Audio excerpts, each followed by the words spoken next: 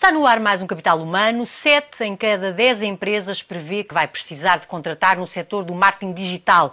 Um estudo do IPAM revela que este é um dos setores com mais oportunidades de trabalho no futuro. O e-mail marketing continua a ser o canal privilegiado, mas está a perder terreno para as redes sociais. 21% já recorre a anúncios no Facebook, mas também ao LinkedIn, ao YouTube e ao Twitter. Em Portugal há 141 mil jovens desempregados. Escolher um curso com empregabilidade garantida é uma das principais preocupações quando estamos em plena fase de candidaturas ao ensino superior. O Instituto Português de Administração e Marketing garante 93% de empregabilidade aos seus diplomados e acaba de lançar uma pós-graduação em marketing digital para responder às necessidades do mercado. Hoje no Capital Humano temos Filipe Carrera, ele que é responsável pelo estudo e coordenador desta pós-graduação. Porquê é que decidiram lançar esta pós-graduação? Acham que de facto há uma necessidade de mercado grande nesta área? Bom, esta pós-graduação supre justamente uma necessidade muito grande que eu vejo fundamentalmente na área da comunicação e do marketing. Eu não acredito neste momento que possa haver profissionais com futuro, com empregabilidade, nestas áreas, sem valências na área do digital. Isto é, neste momento, se calhar temos profissionais que estão à procura de emprego nesta área e não encontram porque não têm valências nesta área, mas temos outros casos, justamente de pessoas que estão com bons empregos, está tudo a correr bem, mas, no entanto, estão rapidamente a correr para uma cova profissional, porque não têm essas valências. Do marketing digital? Do marketing digital. Porque o futuro do marketing passa pelo marketing digital. O futuro do marketing passa por ter valências na área do digital. O marketing não se vai tornar digital, o marketing será sempre o marketing. A questão é que o marketing vai ter outras peças no menu. É como se isto fosse um restaurante. Nós temos vários itens no menu e agora temos também a parte digital. Temos uma componente digital em que as empresas não podem passar ao lado. Isso não pode acontecer, porque os clientes estão lá. E eles têm que ir comunicar com eles ali. Exatamente. Não é? A empresa tem que ir ter com os clientes, não é os clientes quem têm que ir ter com a empresa. Por isso, o cliente tem que ser encontrado onde ele está. E as redes sociais e os motores de busca é onde o cliente está. Todos nós andamos lá. Por isso não faz sentido. E as empresas o que sentem é que não têm pessoas com formação suficiente para responder a este novo desafio. Ou seja, vão precisar de recrutá-las no futuro. Segundo o nosso próprio estudo, 71% das empresas indicam que as necessidades nesta área vão aumentar, certamente. Já em 2013, quando fizemos o primeiro barómetro, se verificava que 63% das empresas diziam exatamente a mesma coisa, o que quer dizer que notamos um acréscimo entre 2013 e 2014. Isto não está a acalmar, está a aquecer ainda mais. Por isso, isto não é o ponto de chegada, é ainda o ponto de partida. Estamos ainda a começar nessa grande caminhada. E quando falamos em marketing digital, uma pessoa que seja especialista nessa área tem que dominar que tipo de competências é que é importante dominar? Ou seja, que tipo de competências é que a pós-graduação que coordena vai dar às pessoas? A pós-graduação que eu coordeno procura trabalhar algo que é tanto ao nível do saber fazer, isto é, saber trabalhar redes sociais, saber trabalhar motores de busca, saber trabalhar a marca online, saber trabalhar toda a questão da informação que é recolhida através dos sites. Que isso é algo que, curiosamente, não é muito trabalhado, porque o nível de informação que nós obtemos em termos das interações com o cliente, quer seja em termos de redes sociais, quer seja em termos de sites, é tão enorme. Que pode ser utilizado, não é? Não, e pode ser utilizado, mas é enorme a quantidade de dados que nós temos. Por isso obriga a metodologias específicas, em termos de data mining, por exemplo, para poder trabalhar esses dados. Também trabalhamos uma questão que eu não vejo outros cursos a tratar, que é a questão de parte jurídica. Porque normalmente eu diria que é a componente não sexy da pós-graduação, porque efetivamente não estamos a falar sobre aquilo que é sexy, o microblogging, as redes sociais, mas é uma componente que é extremamente importante, porque eu vejo também muitos profissionais a terem a noção que isto da internet e das redes sociais é uma espécie de faroeste. Mas não é. Há regras. Há regras a cumprir. E quando não são cumpridas, há coimas e até inclusive em casos extremos, penas de prisão. Eu não fazia ideia. Pois, mas em casos que é de difamação ou de não? Tem a ver com, por exemplo, a violação grave em termos da privacidade. E que essa violação grave às vezes é feita por procedimentos que até são habituais em algumas empresas. Dê-me um exemplo. Por exemplo, um caso que nós encontramos... Houve este agora do Facebook, não é? Há pouco tempo. Não, mas eu vou dar um exemplo comezinho, digamos assim, que até vai ser mais fácil de entender por todas as empresas, desde a PME até à grande empresa. Muitas vezes nós temos uma base de dados, uma pequena base de dados, até feita uma folha de cálculo em Excel. E temos, como é lógico, não devemos ter campos em que indicamos a raça da pessoa, a sua orientação sexual. Isto toda a gente toma como bom senso. Há essa limitação. Há essa limitação, como é lógico. E toda a gente toma como bom senso, que não, quer dizer, não faz muito sentido em termos de dados. Mas, curiosamente, há sempre um campo de observações. Que é, no fundo, algum comentário que tivemos relativamente àquela pessoa. Mas esse tipo de campo é totalmente proibido. Porquê? Porque aí eu posso meter todas as outras informações. E, portanto, poderá haver casos de discriminação e que são proibidos por lei. Diga uma coisa, em termos do marketing digital, se fosse uma empresa agora que comece e que queira entrar nesta área, o que está mais a crescer é o Facebook, é isso? Ou seja, sim, o que nós verificamos, as redes sociais estão a crescer muito porque, efetivamente, há uma parte substancial da população portuguesa, quase 5 milhões de pessoas que estão no Facebook, umas mais ativas. É metade da população, é uma coisa impressionante. Se nós formos a pensar em termos de meios de comunicação, é enorme. Eu costumo dizer, muitas vezes há uma crítica assim ao Facebook, que se pensa, o Facebook é um sítio onde as pessoas têm discussões parvas, basicamente, não têm discussões elevadas. Mas é uma fonte de informação, olha, para os jornalistas é uma fonte de informação cada vez mais importante. E eu diria que para essas pessoas têm que olhar para um Facebook como se fosse um imenso restaurante.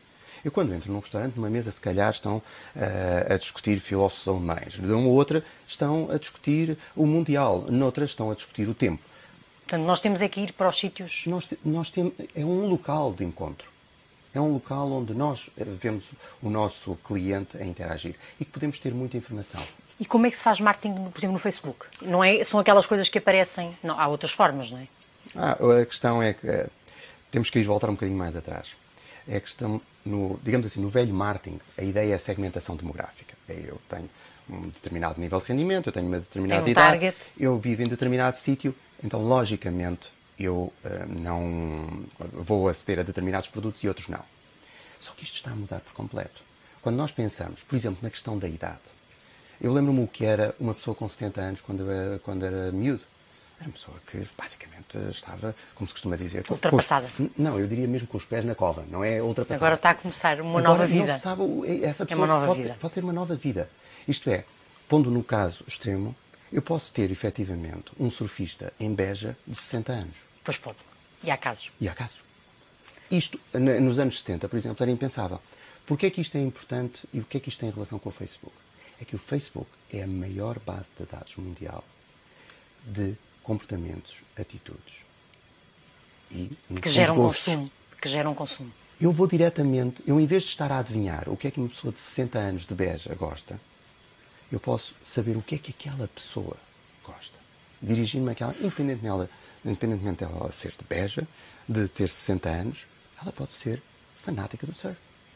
E, portanto, pode comprar produtos associados ao surf. Exatamente. E, portanto, o importante é fazer, de uma forma, algum levantamento, mas isso também depois pode incorrer em coisas ilegais, não é? Algum levantamento desse tipo de preferências? Ou... Não, por exemplo, isso tem a ver páginas associadas. As pessoas fazem os likes, os amigos dessa pessoa fazem likes, o que quer dizer que eu consigo fazer um perfil dessa pessoa. Aí não há grandes problemas, porque a pessoa voluntariamente o faz. E depois essa informação é disponibilizada pela plataforma Facebook em termos dos anúncios que eu posso fazer, dirigir os anúncios a essa pessoa. E o LinkedIn, como é que funciona, por exemplo? Também ainda tem mais informação, não é? O LinkedIn é uma rede profissional. O que quer dizer que a quantidade de dados que são lá colocados tem muito a ver com a atividade profissional e académica das pessoas. O que quer dizer que eu posso aí dirigir-me, por exemplo, quando estamos a falar ao nível das universidades, ao nível dos recrutadores, é uma área muito mais interessante. Aliás, o LinkedIn permite, efetivamente, o recrutador, em vez de fazer o típico processo anterior, que era a colocação de anúncios para as respostas, neste momento pode fazer o recrutamento ao contrário. As pessoas. Pode fazer uma pesquisa e procurar. Muitos recrutadores, a nível de empresas profissionais, não só utilizam, mas têm contas profissionais dentro do LinkedIn para que possibilite toda uma série de buscas que nada tinha a ver com anteriormente. E mais, são buscas globais. O que quer dizer que quando nós falamos de um mundo globalizado, ele é mesmo globalizado. Isto é, alguém em Portugal pode ser encontrado por uma empresa da Nova Zelândia que lhe propõe um contrato em Singapura. E isto funciona assim. Isto funciona assim. Isto está a acontecer. Cada vez mais. Cada vez mais funciona assim. E o Twitter? O Twitter não percebo como é que se pode... O Twitter é uma plataforma que é como o bacalhau. Há mil e uma maneiras de comer, não é? Isso é verdade. É a mesma coisa. De utilizar, será? O Twitter é uma plataforma que é mais utilizada nos Estados Unidos. Sim, em Portugal não é tanto. Não é tanto, porque eu penso que ainda não temos determinados comportamentos, que eu diria que são comportamentos digitais. Isto é, por exemplo, uma das coisas que nós trabalhamos em termos de pós-graduação é algo que é o ser digital. Por isso nós trabalhamos as ferramentas, mas depois o ser digital. Porque eu posso... Ou seja, como é que se gera a nossa presença no digital, é isso? Ir um pouco mais longe. Mais. Porque, explicar-lhe brevemente, é que nós temos neste momento acesso a todos os tablets, os smartphones, os computadores, o software, mas muitas vezes temos os mesmos comportamentos que tínhamos quando não tínhamos estes instrumentos. O que não faz sentido. O que não faz sentido. Mas é o normal, tal como há uns anos atrás, quando a microinformática entrou nas empresas, as pessoas utilizavam os computadores como se máquinas de escrever se tratassem, sem grandes diferenças, quando estavam perante uma ferramenta muito mais poderosa. É normal. A inovação vai sempre à frente, a inovação tecnológica vai sempre à frente da mudança de comportamento. Por isso nós o que trabalhamos aqui é uma mudança de comportamento. Porque também tem a ver com uma questão de credibilidade dos nossos alunos. Se nós não temos uma atitude digital, isto é, se a nossa forma de trabalhar, a nossa forma de nos relacionarmos, a nossa forma de comunicar, até a nossa forma de aprender não é digital, como é que nós podemos influenciar outros a serem digitais? Como é que nós podemos influenciar organizações a fazer essa transação? O que é ter um comportamento digital? É utilizar as ferramentas digitais de uma forma em que... Diferente. De comunicação, uma forma... Não só de comunicar de uma forma diferente, mas também, por exemplo, isto para pegar no exemplo do Twitter. Porque uma das coisas que nós incentivamos os nossos alunos é partilharem a sua aprendizagem, aquilo que estão a aprender naquele preciso momento, através do Twitter. Que é uma micromensagem, não é? Exatamente. Basicamente é uma micromensagem que funciona muito como na linguagem jornalística, porque na linguagem jornalística nós temos o título, temos o lead. É um título. São os 140 caracteres, mais ou menos. E a partir daí é que eu vejo a notícia, é que eu vejo o vídeo.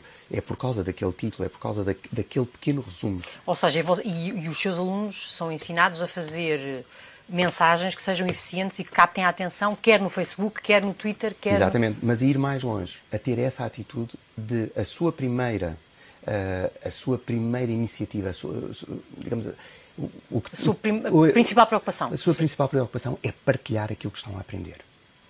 Diga-me uma coisa, houve aí no filme que retrata um bocadinho a questão a construção do Facebook, houve alguma resistência em ser colocada publicidade no Facebook pelo fundador? Agora, neste momento, isso já é uma coisa que está ultrapassada, mas assim há uma limitação muito grande, não é? O espaço que é dedicado à publicidade é pouco. Isto vem das anteriores redes sociais. As primeiras redes sociais eram um festival de publicidade. Esse festival de publicidade matou a rede. Por isso é que o tipo de design do Facebook sempre foi um design muito limpo e com pouca poluição. Porque, tal como por exemplo vemos o Google, quando nós entramos a primeira página é sempre a mesma coisa. Agora tem mudado com o Mundial, não é? Fazem mais uns desenhos e mudam sempre assim com algumas Mas é muito coisas, limpo. Mas é muito limpo. Porquê? Porque eles não querem perder as pessoas que querem ter um motor de busca e, neste caso, que querem ter uma rede social. E que pode haver alguma publicidade, mas ela não pode ser massificada. Porque esse é um dos erros dos meios tradicionais, porque nós estamos a bombardear as pessoas com uma média de 3.000 mensagens publicitárias por dia. Aguenta. Aqueles cookies que estão sempre a Não, e não só, nos meios tradicionais. 3.000 mensagens, você acorda e ao fim do dia em média são 3.000 mensagens publicitárias. Já começa a reagir negativamente. Nós temos filtros para isto. Em relação à questão do Google, também ensinam a aparecer no topo dos motores de busca, porque acho que há técnicas, não é, para fazer isso. Há técnicas, mas atenção, se alguém disser que consegue meter a empresa em primeiro lugar, aquele produto em primeiro lugar, é mentira por uma simples razão. É porque o algoritmo que o Google utiliza para fazer a ordenação não só é secreto, como dizia bem, está sempre a alterar. Por isso, é comparável à fórmula da Coca-Cola ou à nossa receita dos pastéis de Belém. Só com uma diferença, é que é dinâmico. O que quer dizer que se alguém descobrir a receita, eu queria aqui estar mais uma hora a falar consigo, mas temos que terminar. Só lhe queria pôr uma questão que é uma questão que afeta muito os órgãos de comunicação social, que é como rentabilizar o digital, porque parece que há alguma resistência das empresas a recorrer ao marketing digital, a recorrer aos anúncios nos portais dos jornais, ou seja, há muita dificuldade em rentabilizar. Porquê? Acha que as empresas ainda não acordaram para isso? Porque é uma coisa efêmera? Não sei. Preferem o papel ou preferem a televisão ou a rádio? A resposta politicamente correta seria dizer que as pessoas ainda têm que se habituar. E eu vou-lhe dar a politicamente incorreta. A politicamente incorreta é que há uma coisa que ao longo da história sempre influenciou as decisões de todos os decisores. Chama-se vaidade. Isto é, quando nós vamos a pensar em determinados decisores com determinadas gerações, quando o seu anúncio aparece em determinados sítios, num jornal, por exemplo, de prestígio, eles estão a colocar-se num pedestal perante os seus pares. A que o comum das pessoas não chega. O que quer dizer que é algo que é mais mostrado aos seus pares do que é mostrado a outros. Mas, se nós pensarmos às vezes na utilização de determinadas celebridades, se calhar por trás está o interesse em conhecê-las. Pois. E se calhar até apresentar ao filho para que o filho fique orgulhoso. Por isso, a vaidade no digital essa vaidade já não é tão, não sobressai tanto porque quase toda a gente pode lá estar. Sabe, ninguém lhe vai telefonar à meia da noite a dizer fantástico anúncio no Google. Pois. Mas são capazes de telefonar se virem um anúncio na televisão ou se virem... Olha, que isso é uma explicação interessante que se calhar os órgãos de comunicação social deviam começar a pensar nessa explicação, porque se derem a volta a isso talvez consigam encontrar a fórmula mágica para rentabilizar o digital, as versões digitais. A crise tem sido boa nisto. Aí ajuda a pensar porque é que fazemos o investimento.